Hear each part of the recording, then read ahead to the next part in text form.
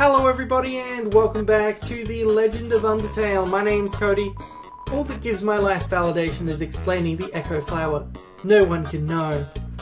And this is the Pacifist run. In the last episode, we had a date with a skeleton. Never trust a flower. That's one of the constants of this world.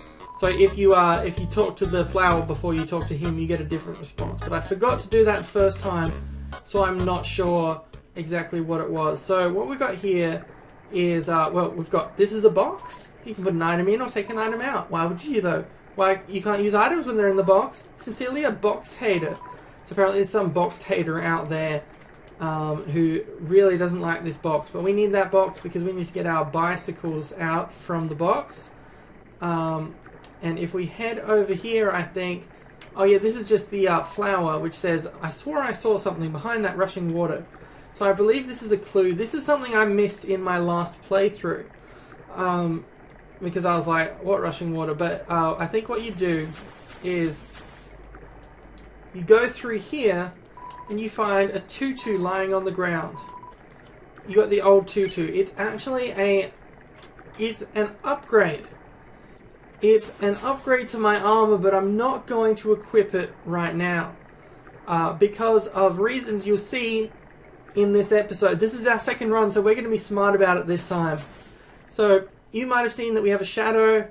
That's for one reason. It's because... Look, it's because of someone...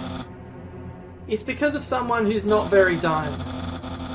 Like, on the scale, if I were to rate this person on a scale of not very dying to dying, you know, 1 to 10, I'd probably rate them a 0.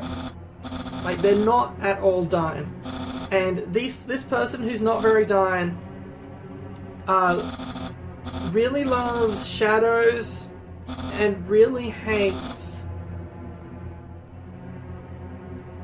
people. This person who's not very dying really loves spears and really loves throwing spears at people. And I don't enjoy, in fact, people throwing spears at me, which is why I don't really get along with that armoured knight over there. I understand. I'll help you in any way I can. So Papyrus reports to her. So let's just move on with our life. Surprise! Now we have to deal with the spear lady. Who, look, I kept getting told... There's the spear. There's your magic spear. I keep getting told, oh, you're so mean to Undyne. You know why? Because I killed Undyne in the last run, because I thought she was a bit... It turned out she wanted to kill humans and harvest their souls so that they could break out into the human world and subject them to an eternity of, like, torment and suffering. And I thought, that's not very nice, but... No, I got told wrong, apparently, because people in the comments were like, no, but Undyne's so funny or something. It's like, look, just because a supervillain likes anime or something, it doesn't mean that they're nice. Yo, did you see the way she was staring at you?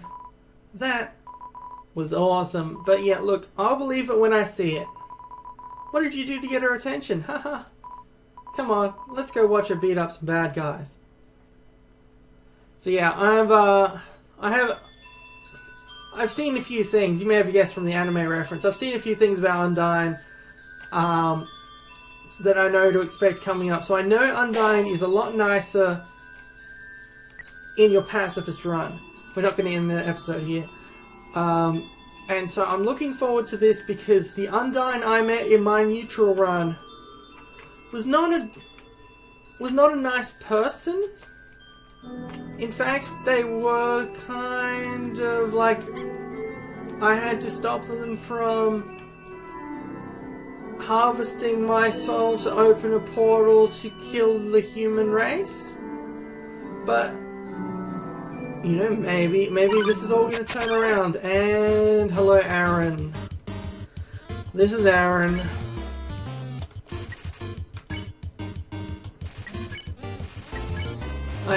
I have to not kill Aaron. Flexing contest, okay, flex more. Look, I don't get along too well with Aaron.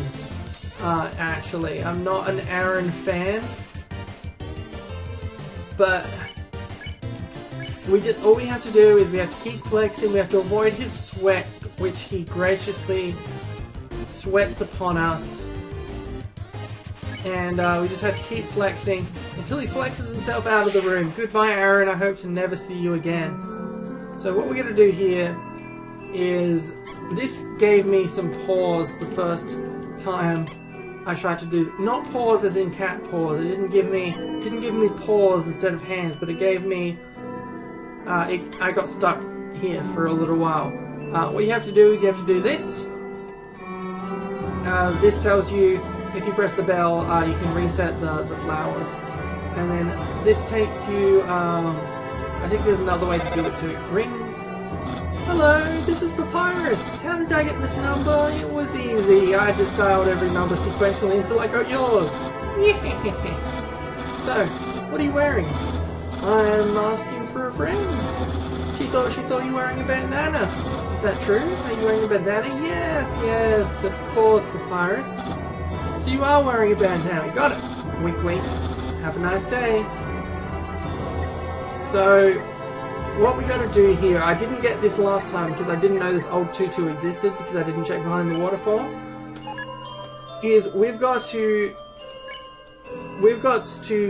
get out of the manly bandana so that Undyne, who is the person that Papyrus was talking to, won't be able to get us. She won't be able to spot us. A long time ago, monsters would whisper their wishes to the stars in the sky. If you hoped with all your heart, your wish would come true. Now all we have are these sparkling stones on the ceiling. So yeah, these aren't real stars because they're just sparkling stones because everything's underground. But yeah, I don't know how well this is going to work, to be honest. I've never done a run where I wasn't chased the whole way with spears by Undyne. The king will prove that. Washua. Washu is some kind of turtle Pokemon thing. You ask Washu to clean you, it hops around excitedly. Green means clean. So what we got to do is we've got to get hit by some of the green. Okay. I was actually really bad at that, so let's try that one more time.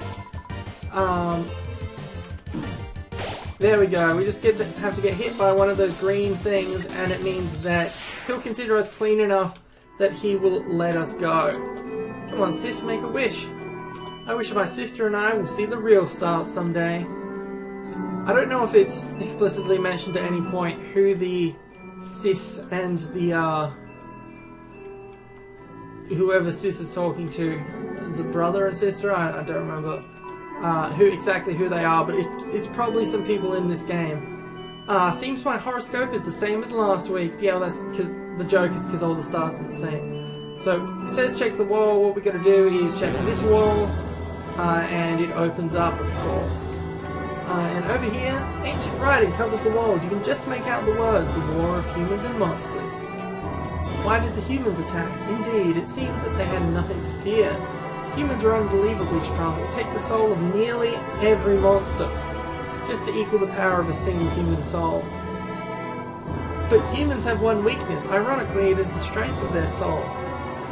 Its power allows it to persist outside the human body, even after death. If a monster defeats a human, they can take its soul. A monster with a human soul? A horrible beast with unfathomable power. It's an illustration of a strange creature. There's something very unsettling about this drawing.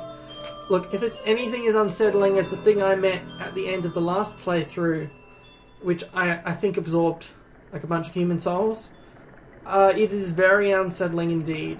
So here is where last time I got chased by spears.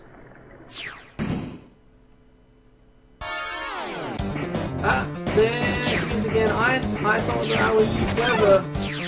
I thought that I was being clever and that I had changed clothes. But it turns out no. Oh, that was cheating. I'm trying to remember how to dodge the spears, but I'm a little bit out of practice because I haven't done it in a few months. But yeah, look, this is Undyne. No matter what you do, apparently, Undyne will throw a bunch of stupid spears at you. because she's got nothing better to do with her life. So what we gotta do is we gotta hide. We gotta hide in the grass here. As Undyne walks through the grass looking for us. She's gonna get attacked by a Pokemon. That's what happens in tall grass. That's what I've learned. She grabs something. It's the kid. Hey kid. Thanks for saving my life, probably.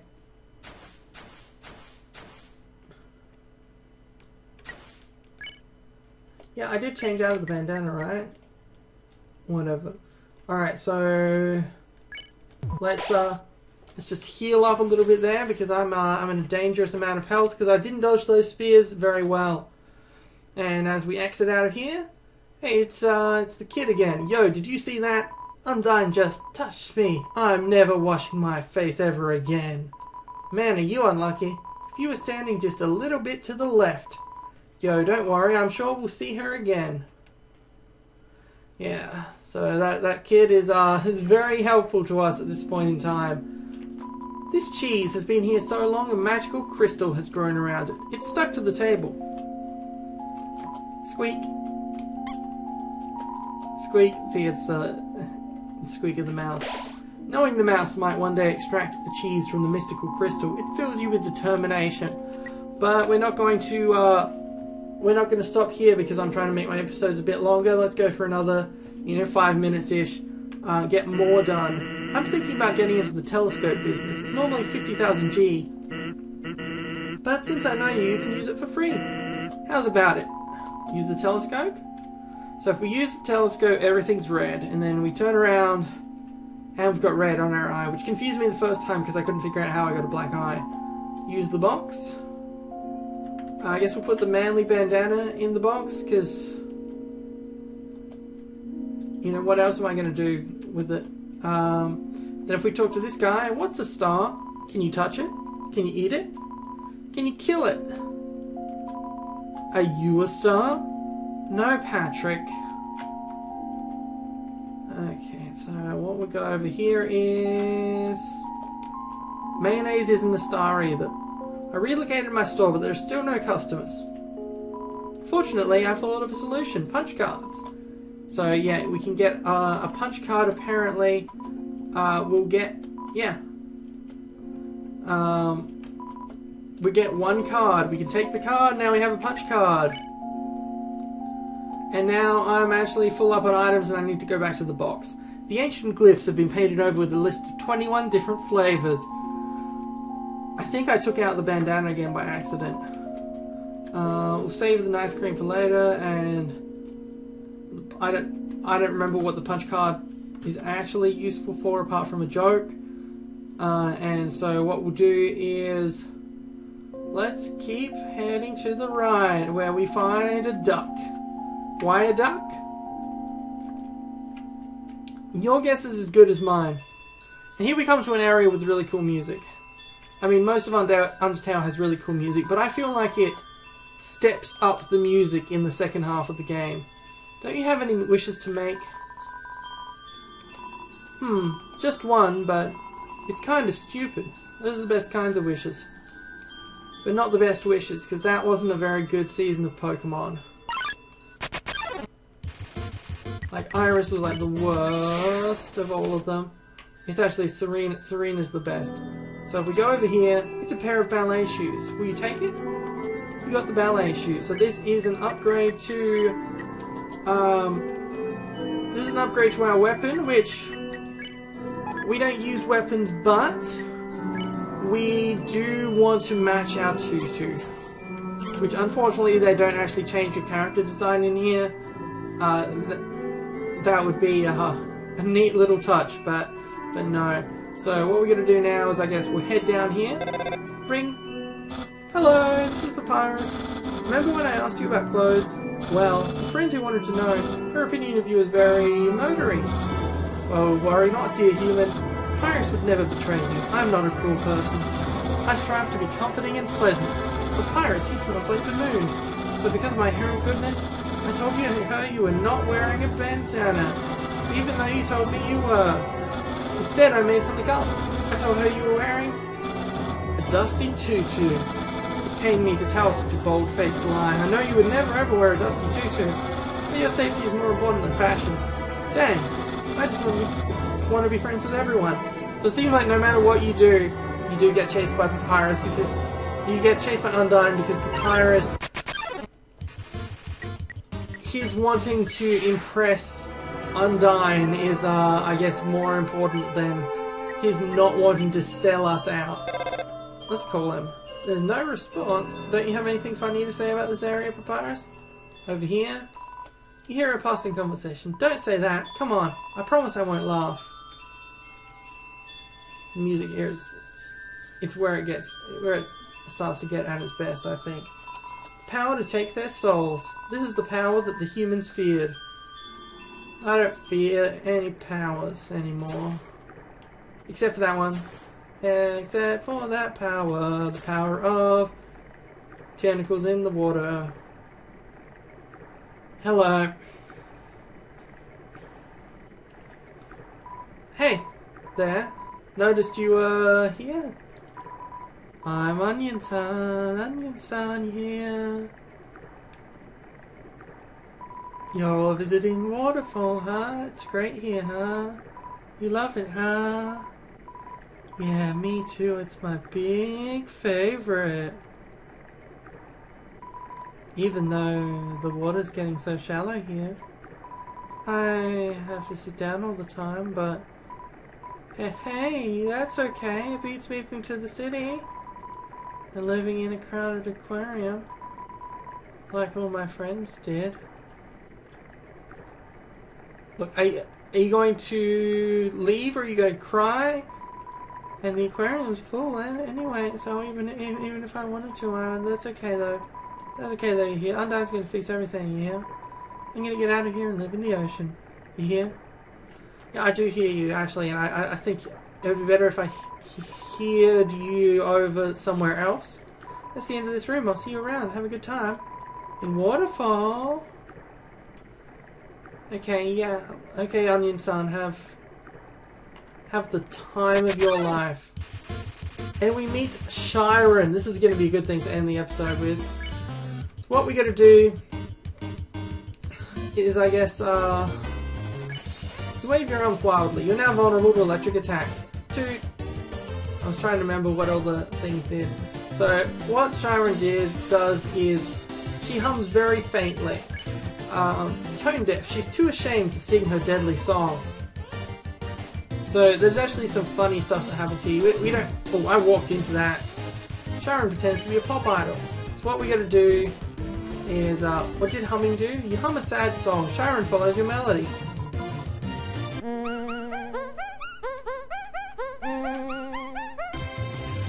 Chiron seems much more comfortable singing along. So you can... Chiron gets quieter. In the corner, Aaron nods his head approving. So this is what made me hate Aaron. Is I realized that by smiling, I made Aaron the gym douchebag happy because he was telling women, hey, why don't you smile for me, baby, or whatever. So he's actually just like a street harasser guy. So that's why I don't like Aaron, if you were wondering. Because it turns out that, you know, that he approves of misconduct. So what we're going to do, we have to keep humming. Monsters are drawn to the music. Suddenly it's a concert. So what this does is it keeps making it worse for us. Because her music gets... there's more of it and gets faster. Santa's selling tickets made of toilet paper. The seats are sold out. You feel like a rock star.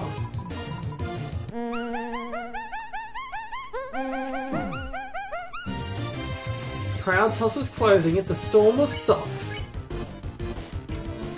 You hum some more, but the constant attention, the tours, the groupies, it's all aggressive tooting. Chiron thinks about her future. You and Chiron have come so far, but it's time. You both have your own journeys to embark on. You hum a farewell song. This farewell song is a little bit ridiculous. Oh, here we go. But I think I'm getting the hang of dodging it. There we go. You won, and we get 30 gold. I don't know if we get 30 gold if we do it in any other way, but that's the best way to do it. The northern room hides a great treasure. Oh, it's this room. I'll see you in the next episode.